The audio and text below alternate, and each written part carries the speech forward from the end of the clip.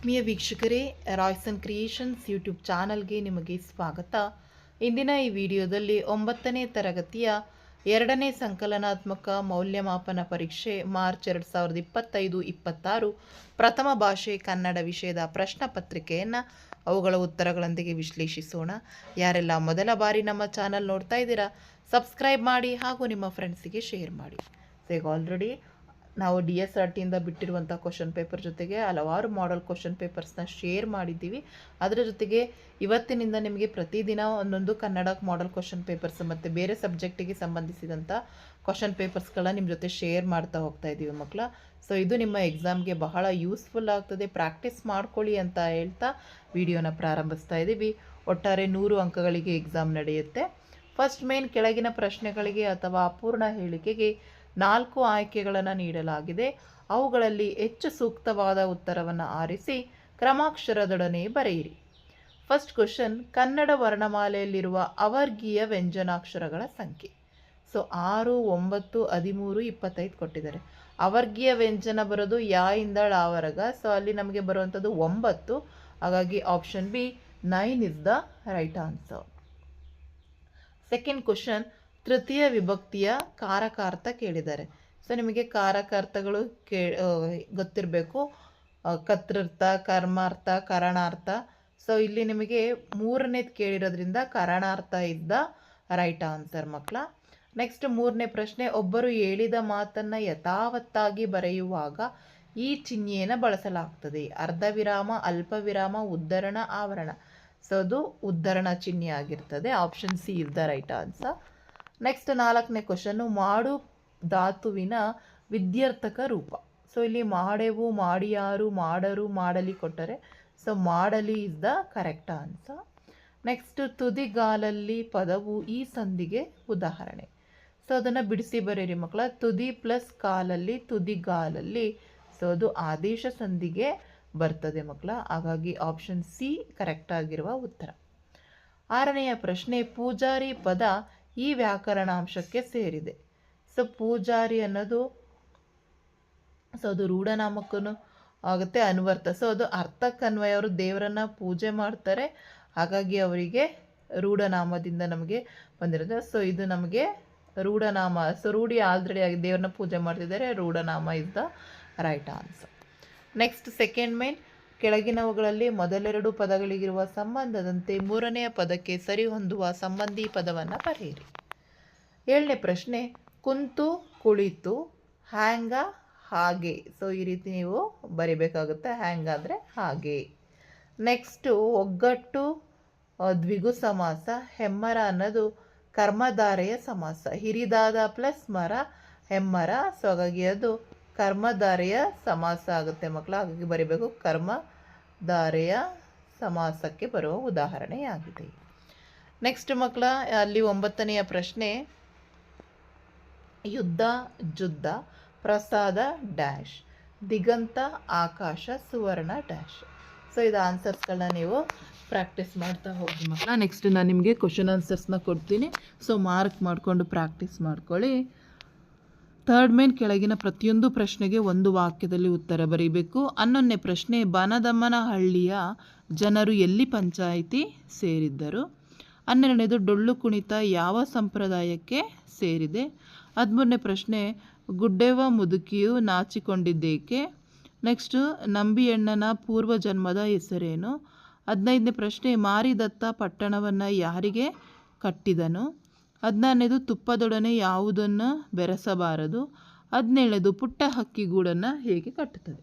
So ಇದಿಷ್ಟು one word answers ಮಕ್ಕಳ. 7 ಅಂಕಗಳಿಗೆ ಈಸಿಯಾಗಿರ್ತದೆ. ವಾಕ್ಯ ರೂಪದಲ್ಲಿ ಬರೆದು ಅಭ್ಯಾಸ ಮಾಡ್ಕೊಳ್ಳಿ. ನೆಕ್ಸ್ಟ್ ಫೋರ್ತ್ ಮೇನ್, ಕೆಳಗಿನ ಪ್ರಶ್ನೆಗೆ 3 ಅಥವಾ 4 ವಾಕ್ಯಗಳಲ್ಲಿ ಉತ್ತರ ಬರೀಬೇಕು. ಇಲ್ಲಿ ಪ್ರತಿ ಪ್ರಶ್ನೆಗೆ 2 ಅಂಕ ಇರುತ್ತೆ. 18ನೇ ಪ್ರಶ್ನೆ, ತಲಕಾಡಿನ ಲೂಟಿಯ ವಿಚಾರದಲ್ಲಿ ವಿಷ್ಣುವರ್ಧನ ನಿಲುವೇನು ಅಂತೇಳಿ ಕೇಳಿದ್ದಾರೆ. ನೆಕ್ಸ್ಟ್ 19ನೇ ಪ್ರಶ್ನೆ, ಜಯಪುರದ ಬೀದಿ ಹಾಗೂ ಮನೆಗಳ ಸೌಂದರ್ಯವನ್ನು ವರ್ಣಿಸಿರಿ. 20ನೇದು, ಬಿಜ್ಜಳನನ್ನ ಕುರಿತು ವಂದಿಮಾಗದರು ಏನೆಂದು ಪರಾಕು ಮಾಡಿದರು. ನೆಕ್ಸ್ಟ್, ವಿರೂಪಾಕ್ಷನು ಗಿರಿಜೆಗೆ ಏನೆಂದು ಹೇಳಿದನು. 22ನೇ ಪ್ರಶ್ನೆ, ಪಾರಿವಾಳಗಳ ಆನಂದಕ್ಕೆ ಕಾರಣವೇನು. 23ನೇ ಪ್ರಶ್ನೆ, ಅಭಿರುಚಿ ತಲ್ಲಣಗೊಳ್ಳಲು ಕಾರಣವೇನು? ನೆಕ್ಸ್ಟ್ 24ನೇ ಪ್ರಶ್ನೆ, ಬೇರೆ ಬೇರೆ ಭಾಷಿಗರು ತನ್ನ ಕೇತಿಯನ್ನು ಹೇಗೆ ಹೊಗಳಬೇಕೆಂದು ಕವಿ ಬಯಸುವನು? ನೆಕ್ಸ್ಟ್ 25ನೇ ಪ್ರಶ್ನೆ, ನನ್ನಾಸೆ ಕವನದಲ್ಲಿ ಕವಯತ್ರಿಯವರ ಆಸೆಗಳೇನು? 26ನೇದು, ದುರ್ಗಪ್ಪ ಶಂಕರಣ್ಣನಿಗೆ ಕುಲದ ಬಗೆಗೆ ಹೇಳಿದ ನೀತಿ ಮಾತುಗಳು ಯಾವ್ಯಾವು? 27ನೇ ಪ್ರಶ್ನೆ, ಪಂಡರಿಬಾಯಿಯವರು ಕಲಾವಿದೆಯಾಗಿ ರೂಪುಗೊಳ್ಳಲು ಸಹಕರಿಸಿದ ಅಂಶಗಳು ಯಾವ್ಯಾವು? ಸೊ ಇದಿಷ್ಟು ನಿಮಗೆ ಇದು 2 ಅಂಕಗಳಲ್ಲಿ ಬಂದಂತಹ ಪ್ರಶ್ನೆಗಳಾಗಿರ್ತದೆ. ನೆಕ್ಸ್ಟ್ 5th ಮೇನ್, ಕೆಳಗಿನ ಕವಿಗಳ ಸಾಹಿತಿಗಳ ಜನ್ಮಸ್ಥಳ ಕಾಲ ಕೃತಿಯನ್ನು ವಾಕ್ಯ ರೂಪದಲ್ಲಿ ಬರೀಬೇಕು. ಇಲ್ಲಿ ಸು ರಂ ಎಕ್ಕುಂಡಿ ಮತ್ತು ಎನ್ ರಂಗನಾಥ ಶರ್ಮಾ ಅವರ ಬಗ್ಗೆ ಕೇಳಿದ್ದಾರೆ. ಸೊ ವಾಕ್ಯ ರೂಪದಲ್ಲಿ ನೀವು ಬರಿತಾ ಹೋಗಿ. ನೆಕ್ಸ್ಟ್ 6th ಮೇನ್, ಕೆಳಗಿನ ಪದ್ಯ ಭಾಗಕ್ಕೆ ಪ್ರಸ್ತಾರ ಹಾಕಿ ಗಣ ವಿಭಾಗ ಮಾಡಿ ಛಂದಸ್ಸನ್ನು ಬರಿಬೇಕು.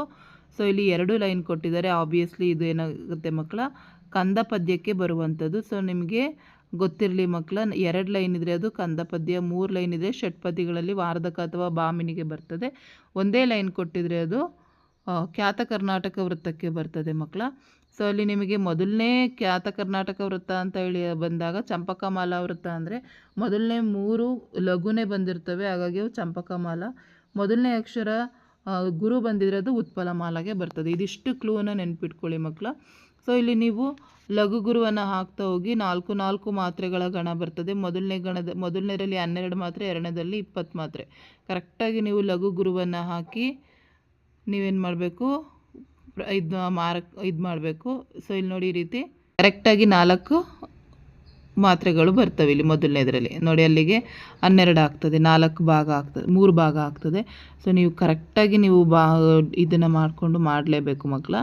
3 ಅಂಕ ಇರ್ತದೆ, ಮಿಸ್ ಮಾಡ್ಕೋಬೇಡಿ. ನೆಕ್ಸ್ಟ್ ನಮಗೆ ಅಲಂಕಾರವನ್ನು ಕೇಳಿದರೆ 31ನೇ ಪ್ರಶ್ನೆ, ಗೀಜಗನ ಗೂಡುಗಳು ತೂಗುವ ತೊಟ್ಟಲಿನಂತೆ ತೂಗಾಡುತ್ತಿದ್ದವು. ಸೊ ಇಲ್ಲಿ ನಮಗೆ ಗೀಜಗನ ಗೂಡನ್ನು ತೊಟ್ಟಿಲಿಗೆ ಹೋಲಿಸ್ತಾ ಇದ್ದಾರೆ ಮಕ್ಕಳ. ಹಾಗಾಗಿ ಇದು ಉಪಮಾಲಂಕಾರಕ್ಕೆ ಬರುವಂತಹ ಒಂದು ಉದಾಹರಣೆಯಾಗಿರ್ತದೆ. ಅರ್ಥ ಆಗ್ತಾ ಇದೆಯಾ? ಉಪಮಾಲಂಕಾರ ಇಸ್ ದ ರೈಟ್ ಆನ್ಸರ್.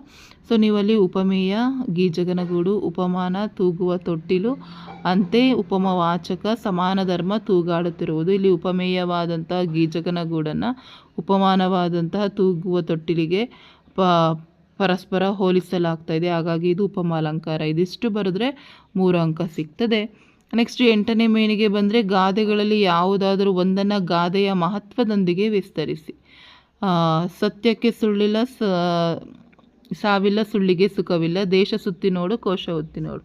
ಯಾವುದಾದ್ರೂ ಒಂದನ್ನು ಆಯ್ಕೆ ಮಾಡ್ಕೊಳ್ಳಿ ಮಕ್ಕಳ. ಫಸ್ಟು ಗಾದೆ ಬಗ್ಗೆ ಇಂಟ್ರಡಕ್ಷನನ್ನು ಕೊಡಿ. ವೇದ ಸುಳ್ಳಾದರೂ ಗಾದೆ ಸುಳ್ಳಾಗೋದು, ಗಾದೆ ವಾಮನನಂತೆ ಚಿಕ್ಕದಿದ್ದರೂ ತ್ರಿವಿಕ್ರಮನಂತೆ ಅರ್ಥವನ್ನು ಕೊಡ್ತದೆ. ಸೊ ಈ ರೀತಿ ಅಂತಹ ಗಾದೆಗಳಲ್ಲಿ ಈ ಗಾದೆನೂ ಒಂದು. ಫಸ್ಟ್ ಗಾದೆ ಬಗ್ಗೆ ಇಂಟ್ರಡಕ್ಷನನ್ನು ಹಾಕಿ ಆಮೇಲೆ ನೀವು ಅದರ ಅರ್ಥವನ್ನು ನೀವು ಬರಿತಾ ಹೋದರೆ 3 ಅಂಕ ಪೂರ್ತಿಯಾಗಿ ಸಿಗ್ತದೆ. ನೆಕ್ಸ್ಟ್ 9ನೇ ಮೇನಿಗೆ ಬಂದರೆ, ಕೆಳಗಿನ ವಾಕ್ಯ ಅಥವಾ ಹೇಳಿಕೆಗೆ ಸಂದರ್ಭ ಮತ್ತು ಸ್ವಾರಸ್ಯವನ್ನು ಬರೀಲಿಕ್ಕಿದೆ. ಇಲ್ಲಿ 18 ಅಂಕಗಳು ಬರ್ತದೆ, 6 ಪ್ರಶ್ನೆ. 33ನೇ ಪ್ರಶ್ನೆ, ಗಂಡಸರು ರಂಗುರಾಯರೇ. ಸೊ ಫಸ್ಟು ಆಯ್ಕೆ ಬರಿಬೇಕು. ಸೊ ನೀವು ಯಾವುದೇ ಅಷ್ಟು ಸಂದರ್ಭ ಬರಿಬೇಕಾದ್ರೆ ಫಸ್ಟು ಆಯ್ಕೆ ಯಾವ ಪಾಠದಿಂದ ಆಗಿದೆ ಅದನ್ನು ಬರೆದು, ಯಾರು ಬರೆದಿರೋದು ಅದನ್ನು ಬರೆದು, ನೆಕ್ಸ್ಟು ನೀವು ಇಲ್ಲಿ ಏನು ಮಾಡಬೇಕು, ಸಂದರ್ಭ. ಈ ರೀತಿ ನೀವು ಬರೆದುಬಿಟ್ಟೆ ಬರೀರಿ ಮಕ್ಕಳ, ನಿಮಗೆ ಅಂಕಗಳು ಸಿಗ್ತದೆ. ಸಂದರ್ಭ ಅಂತ ಬರೀರಿ. ನೆಕ್ಸ್ಟು ಸ್ವಾರಸ್ಯ. ಸೊ ಈ ರೀತಿಯೇ ನೀವು ಪ್ರಾಕ್ಟೀಸ್ ಮಾಡ್ಕೋಬೇಕಾಗ್ತದೆ ಮಕ್ಕಳ. ಆಯ್ಕೆ ಬರೀರಿ, ಯಾವ ಸಂದರ್ಭದಲ್ಲಿ ವಾಕ್ಯ ಬಂದಿದೆ, ನೆಕ್ಸ್ಟ್ ಅದರ ಸ್ವಾರಸ್ಯವೇನ ಒಂದು ಹೇಳಿಕೆಯ ಸ್ವಾರಸ್ಯ. ಇದಿಷ್ಟು ಬರೆದ್ರೆ ನಿಮಗೆ ಕಂಪ್ಲೀಟ್ 3 ಅಂಕ ಸಿಗ್ತದೆ. ನೆಕ್ಸ್ಟ್ ನಮ್ಗೆ ಅಲ್ಲೇ 34ನೇ ಪ್ರಶ್ನೆ ಕೇಳಿದರೆ, ಏಳ್ಮಲೆ ಎತ್ತಯ್ಯ ನಮ್ಮಪ್ಪಾಜಿ. ನೆಕ್ಸ್ಟ್, ಒಂದೊಂದು ಜಾತಿಯ ಸಸ್ಯದ ಒಂದೊಂದು ಕಾಂಡಕ್ಕೂ ತನ್ನದೇ ಆದ ರಚನಾ ವೈಖರಿ ಇರುತ್ತದೆ. 36ನೇ ಪ್ರಶ್ನೆ, ಕುರಿತೋದಯಂ ಕಾವ್ಯ ಪ್ರಯೋಗ ಪರಿಣಿತಿ ಮತಿಗಳು. 37ನೇದು, ಚತುರ್ಧ ಶುಭವನ ತಲ್ಲಣಿಸಿತು. 38ನೇದು, ಮಹಾತ್ಮರ ಕೈಗೆ ಬೆತ್ತನಾನಾದೆ. ಸೊ ಇದಿಷ್ಟು ಪ್ರಾಕ್ಟೀಸ್ ಮಾಡ್ಕೊಬಿಟ್ರೆ ನಿಮಗೆ 18 ಅಂಕಗಳು ಮಕ್ಕಳು. ಹಾಗಾಗಿ ಸಂದರ್ಭ ಸ್ವಾರಸ್ಯವನ್ನು ಮಿಸ್ ಮಾಡ್ಕೊಬೇಡಿ. ನೆಕ್ಸ್ಟ್ 10ನೇ ಮೇನಿಗೆ ಬಂದರೆ ಪದ್ಯ ಭಾಗ ಪೂರ್ತಿ ಮಾಡಲಿಕ್ಕಿದೆ. ಸೊ ನಿಮ್ಗೆ ಆಲ್ರೆಡಿ ಗೊತ್ತಿದೆ ಯಾವ ಪದ್ಯ ಕಲಿಬೇಕು ಅಂತ. ಸೊ ಇಲ್ಲಿ ನೋಡಿ, ನವಭಾವ ಅಲ್ಲಿಂದ ವೀರಧ್ವನಿ ಏರಬೇಕು, ಜಾತಿ ಕುಲ ಅಲ್ಲಿಂದ ಗುಡಗಬೇಕು. ಯಾವುದು ನಿಮಗೆ ಪಕ್ಕ ಬರ್ತದೆ. ಅದನ್ನು ನೀವು ಬರೀರಿ, 4 ಅಂಕಗಳು ಸಿಗ್ತದೆ. ಈಸಿಯಾಗಿ ನಿಮಗೆ ಪಾಸ್ ಆಗಲಿಕ್ಕೆ ಸಾಧ್ಯ ಆಗ್ತದೆ. ನೆಕ್ಸ್ಟ್ ನಿಮಗೆ ಕೆಳಗಿನ ಪದ್ಯ ಭಾಗ ಓದಿಕೊಂಡು ಅಡಕವಾಗಿರುವ ಮೌಲ್ಯವನ್ನು ಆಧರಿಸಿ ಸಾರಾಂಶ ಬರಲಿಕ್ಕಿರುತ್ತೆ. ಇಲ್ಲಿ ಬಡತನದ ಹೊತ್ತಾನೆ ದೊರಕಿ ಫಲವೇನು ನೀ. ಸೊ ಈ ಒಂದು ಪದ್ಯವನ್ನು ಕೊಟ್ಟಿದ್ದಾರೆ. ಇದರ ಅರ್ಥವನ್ನು ನೀವು ಬರಿಬೇಕು. ಫಸ್ಟ್ ಆಯ್ಕೆ ಬರೀರಿ, ಯಾವ ಪದ್ಯ ಇದು, ಯಾರು ಬರೆದಿರೋದು ಬರೆದು ಅದರ ಅರ್ಥ ಬರೆದು ಕೊನೆಗೆ ಮೌಲ್ಯವನ್ನು ನೀವು ಬರೀಬೇಕಾಗ್ತದೆ. ನೆಕ್ಸ್ಟ್ 12ನೇ ಮೇನ್ ಕೆಳಗಿನ ಪ್ರಶ್ನೆಗಳಿಗೆ 8 ಅಥವಾ 10 ವಾಕ್ಯದಲ್ಲಿ ಉತ್ತರ ಬರೆಯಿರಿ. ಇಲ್ಲಿ ನಿಮಗೆ ಇಂಟರ್ನಲ್ ಚಾಯ್ಸ್ ಇರುತ್ತೆ ಮಕ್ಕಳ. 41ನೇ ಪ್ರಶ್ನೆ, ರಾಧಾಕೃಷ್ಣನ್ ಅವರು ಅಧ್ಯಾಪಕರಾಗಿ ಸಲ್ಲಿಸಿದ ಸೇವೆ ಕುರಿತು ಬರೆಯಿರಿ, ಅಥವಾ ಹಿಂದೂ ಧರ್ಮ ಮತ್ತು ತತ್ವಶಾಸ್ತ್ರದ ಬಗ್ಗೆ ರಾಧಾಕೃಷ್ಣನ ಅಭಿಪ್ರಾಯ. ಸೊ ಇಲ್ಲಿ 2 ಕ್ವಶನ್ಸು ಒಂದೇ ಪಾಠದಿಂದ ಕೊಟ್ಟಿರ್ತಾರೆ. ಯಾವುದಾದ್ರೂ ಒಂದನ್ನು ಆಯ್ಕೆ ಮಾಡಿ ಬರಿಬೇಕು. ಇನ್ನೊಂದು, ಹೇಮಂತ ಋತುವಿನಲ್ಲಿ ಪ್ರಕೃತಿಯು ಹೇಗಿರುತ್ತದೆ ಎಂಬುದನ್ನು ವರ್ಣಿಸಿ, ಅಥವಾ ಹೇಮಂತ ಋತುವಿನಲ್ಲಿ ಪ್ರಕೃತಿಯ ಸೌಂದರ್ಯವನ್ನು ನಿಮ್ಮ ಮಾತಿನಲ್ಲಿ ಬರೆಯಿರಿ. ಸೊ ಒಂದು ಪದ್ಯಕ್ಕೆ ಕೇಳಿರ್ತಾರೆ, ಒಂದು ಪಾಠದಿಂದ ಕೇಳಿರ್ತಾರೆ ಮಕ್ಕಳ. ಸೊ ಪದ್ಯದ ಸಾರಾಂಶವನ್ನು ಕಲ್ತ್ಕೊಂಡಿದ್ರೆ ಈಸಿಯಾಗಿ ನೀವಲ್ಲಿ ಒಂದು 4 ಅಂಕಗಳನ್ನ ಪಡೆದುಕೊಳ್ಳಲಿಕ್ಕೆ ಸಾಧ್ಯ ಆಗ್ತದೆ. ನೆಕ್ಸ್ಟು 13ನೇ ಮೇನ್ ಮಕ್ಕಳ, ಇಲ್ಲಿ ಒಂದು ಗದ್ಯ ಭಾಗವನ್ನು ಕೊಟ್ಟಿರ್ತಾರೆ. ಅದನ್ನು ನೀವು ಓದಿಕೊಂಡು ಪ್ರಶ್ನೆಗೆ ಆನ್ಸರನ್ನು ಮಾಡಬೇಕು. ಸೊ ಈ ಒಂದು ಪದ್ಯ ಭಾಗ ಓದ್ಕೊಳ್ಳಿ, 4 ಅಂಕ ಬರ್ತದೆ. ಒಂದು ಪ್ರಶ್ನೆಗೆ 2 ಅಂಕ. ನಗೆ ಹುಟ್ಟಿಸಲು ಭಾಷೆ ಹೇಗೆ ಉತ್ತಮ ಸಾಧನವಾಯಿತು ಅಂತ ಹೇಳಿ ಕೇಳಿದ್ದಾರೆ ಮಕ್ಕಳ. ಸೊ ಇಲ್ಲೇ ನಮಗೆ ಇದನ್ನು ನೀವು ಓದ್ತಾ ಹೋದರೆ ನಿಮ್ಗೆ ಇಲ್ಲೇ ಬರ್ತದೆ ಮಕ್ಕಳ ಅದರ ಆನ್ಸರು. ನೆಕ್ಸ್ಟು, ನಗೆಯ ಸಾಮ್ರಾಜ್ಯದಲ್ಲಿ ಪ್ರಜಾಪ್ರಭುತ್ವ ನಡೆದು ಬಂದಿರುವ ಬಗೆ ಹೇಗೆ ಅಂತ ಹೇಳಿ ಕೇಳಿದ್ದಾರೆ. ಸೊ 2ಕ್ಕೂ ಸಹ ಆನ್ಸರ್ ನೋಡಿ ಇಲ್ಲೇ ಇದೆ ನಿಮಗೆ. ಇಲ್ಲಿ ನೋಡಿ, ಮೊದಲನೇದಕ್ಕೆ ಆನ್ಸರು ಇಲ್ಲಿಂದ ಸ್ಟಾರ್ಟ್ ಆಗ್ತದೆ ಮಕ್ಕಳ. ನಗೆಯ ಸಾಮ್ರಾಜ್ಯದಲ್ಲಿ ಇಲ್ಲಿಂದಲೇ ನಗೆಯ ಸಾಮ್ರಾಜ್ಯದಲ್ಲಿ ಪ್ರಜಾಪ್ರಭುತ್ವ ನಡೆದು ಬಂದಿದೆ.